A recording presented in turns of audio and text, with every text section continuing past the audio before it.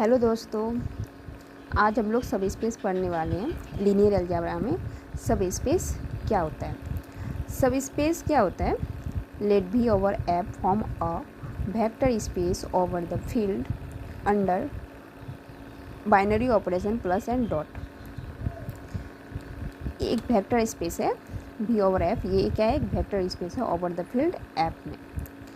तो हम लोग क्या करते हैं अब, let S be any non-empty subset of V, then S form a subspace over the field F under plus and dot. If S itself form a vector space over F under plus and dot. इसमें क्या बोलता है, कोई भी हम लोग एक subset लेते हैं, एक सबसेट को, एक नॉन एम्प्टी सबसेट को हम सब स्पेस कब बोलते हैं? एक सबसेट जो होना चाहिए वो सबसेट होना चाहिए किसका? भी और एक वेक्टर स्पेस का ये सबसेट होना चाहिए, नॉन एम्प्टी सबसेट। और उसको हम लोग सबसेट से सब स्पेस हम लोग कब बोलते हैं? जब वो वेक्टर होने की सारे प्रॉपर्टीज़ फुलफिल करते हैं और सेम ऑपरेशन के साथ, जो वेक्टर स्पेस के साथ ऑपरेशन होता है वही सब स्पेस के साथ, वही ऑपरेशन के साथ वो सब स्पेस भी सब स्पेस उसी ऑपरेशन के साथ एस सब स्पेस होगा। तो हम लोग बोल देंगे कि एस इज सब space over the field F. Okay, यहाँ पे कुछ नहीं बोला गया है, बस एक नॉन एम्प्टी सबसेट ले लिया है वेक्टर स्पेस का, और वो भी अगर वेक्टर स्पेस के सारे प्रॉपर्टी फुलफिल करते हैं उस सेम ऑपरेशन के साथ, जो प्लस एंड डॉट जो ऑपरेशन वेक्टर के साथ है वही सब स्पेस के साथ भी होना चाहिए, उसके सबसेट के साथ होना चाहिए, तब उसको हम सब स्पेस बोलते हैं। अब ये क्या है, वन स्टेप टेस्ट क्या होता है?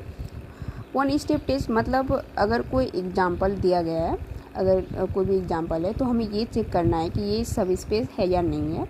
तो हम लोग कैसे चेक करेंगे? तो उसका दो टेस्ट होता है, एक वन स्टेप टेस्ट और एक two step test. One step test मतलब एक बार में हम लोग चेक कर लेते हैं कॉम्बिनेशन करके, इस तरह से। तो जब भी हम लोग जाते हैं चेक करने के लिए तो सबसे पहले चेक ये करते हैं कि उस सेट में जीरो बिलोंग करता है कि नहीं करता है। सबसे पहले हम लोग डेफिनेशन के अकॉर्डिंग नॉन एम्प्टी सबसेट बोला गया है, तो सबसे पहले हम लोग ये चेक करते हैं कि उस सेट में जीरो है या नहीं है। तो हम लोग जीरो देखते हैं, और जहाँ जीरो बिलोंग कर जाता है, जीरो अगर उस सेट में आ जाता है तो हम लोग ये मान लेते हैं कि वो सेट में एटलीस्ट वन एलिमेंट तो है। इसका मतलब नॉन एम्प्टी सेट है, यानी कि एटलीस्ट एक भी एलिमेंट अगर उस सेट में होता है तो हम लोग बोल देते हैं कि वो नॉन एम्प्टी सेट है, नॉन एम्प्टी सेट है। तो वन स्टेप टेस्ट, अब तो ये फर्स्ट जो होता है, फर्स्ट चेक करने का, जीरो चेक करने का होता है। उसके बाद हम लोग क्या करते हैं कि for all alpha comma beta belongs to, उसकी फॉर ऑल मतलब कोई भी अल्फ़ा बीटा क्यों ना ले ले, और कोई भी vectors for all u comma v belongs to S, अगर उसका हम लीनियर कॉम्बिनेशन ले alpha u plus beta v belongs to S में आना चाहिए। तो ये वन स्टेप टेस्ट है। सब स्पेस मतलब किसी को कोई भी अगर दिए गए हैं, किसी भी सेट को अगर दिखाना हो कि वो सब स्पेस है तो हम लोग इस तरह से दिखाएंगे।